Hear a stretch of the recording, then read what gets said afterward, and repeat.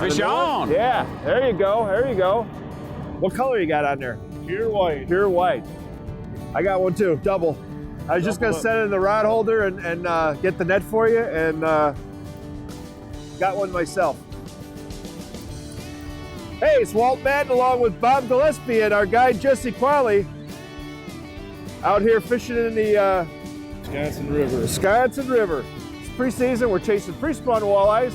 Lately, all we're doing is just throwing plastic. Yeah. A lot of your bigger fish want the plastic. So that's more of a reaction bite, so you're just snap jigging it and they're pounding it. They're aggressive, yeah, they're aggressive. Apologies for the noise. We're fishing right by a paper mill, which obviously is at the dam, you know, where the waters come rushing through here. It's about as far as they can come up river. I'm kicking it old school, boys. Watch this. Yeah. Watch this. What I got out here now, it's BFishN Authentics 5-inch K-grub. Basically, it's a big, fat, beefy twister. A lot of thump in that current. A lot of thump. It's got a big thumper tail, but this is old school. It's how it all started with plastics. Nicely done, Jesse. This one looks a little better though. Yeah, we have been casting up in the slack water. I threw out in the current this time. They do like to hold in that those little slack water eddies, those little swirls. Out there. Yeah, right. Little frisky one. There we go.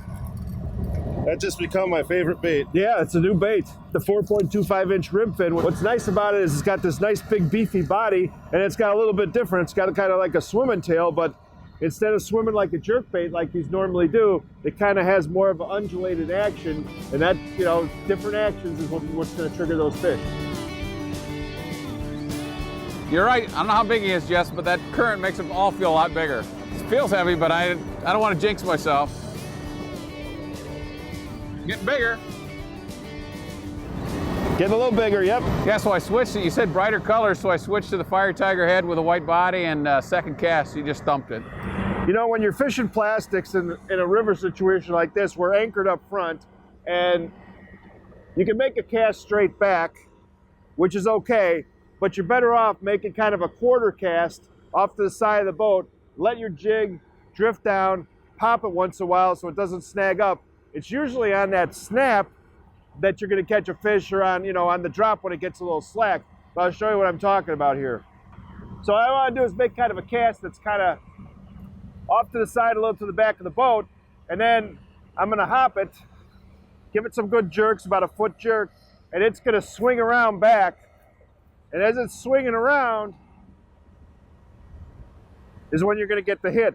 Now the jerk, you know, gives the bait a quick movement, but it also unsnags you, keeps you out of the rocks.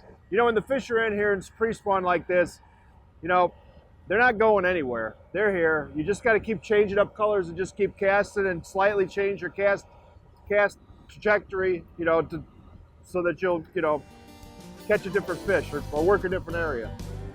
There we go. That's what we're looking for. Nice. All right. Okay, switch some colors. Actually, this is about a 16, 17-inch female here that's still pretty firm, so we're gonna let her go. But nice, healthy fish, a little different color. We got this Stewart's Pro Blue going, which is kind of a brown on one side, blue on another side. Got a little tiger pattern, H2O jig. So right now I'd like to talk to you a little bit about jig selection for river fishing. So we got 3 jigs here. Obviously they're all in different colors, but there is definitely a subtle difference. These are all different weights. This one here is a 1/4 ounce, 5/16 in the middle, and 3/8 down here on the end. So you may not think that's much of a difference, but the difference between a 1/4 ounce and a 3/8 ounce is the difference between catching a fish and snagging bottom. In our case today, we've been using 5/16 ounce because we found that that's the optimum weight for us to catch fish and not snag bottom. But when you're looking at them, you say, hey, they all look the same to me. How do I tell the difference? Well, one of the things we've done here at BFishN Tackle is we've stamped the weight right on the bottom of each one of these jigs. So this one here is a 5/16 ounce. I can tell what it is right away. I can keep it in a different section of my tackle box, but sooner or later everything gets all mixed up. All I gotta do is take a little peek, 5/16, that's the jig I want. And that's gonna be the difference between catching a fish and snagging bottom. Oh, double. Double, yep. Doubled up. You want to see a triple? I'm going to throw over there. My second one's a rock. Need the net?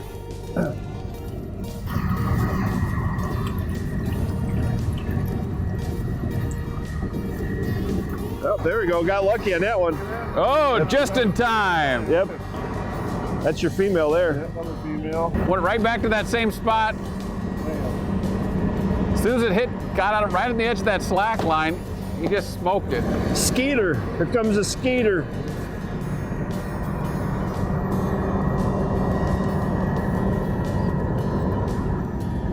He's on a little boogie board.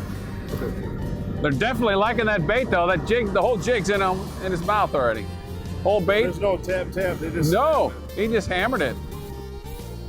Well, we had a good day out here today. I think we'll go in, grab a burger, and come out here and do a little shore fishing tonight. What do you think, Bob? Oh, you had me at burger. I did burger. All right. And Thanks, Jesse Quale, our guide, Greenwater Walleyes Guide Service. And until next time, this is Walt and Bobby, BFishNtackle.com. We'll see you.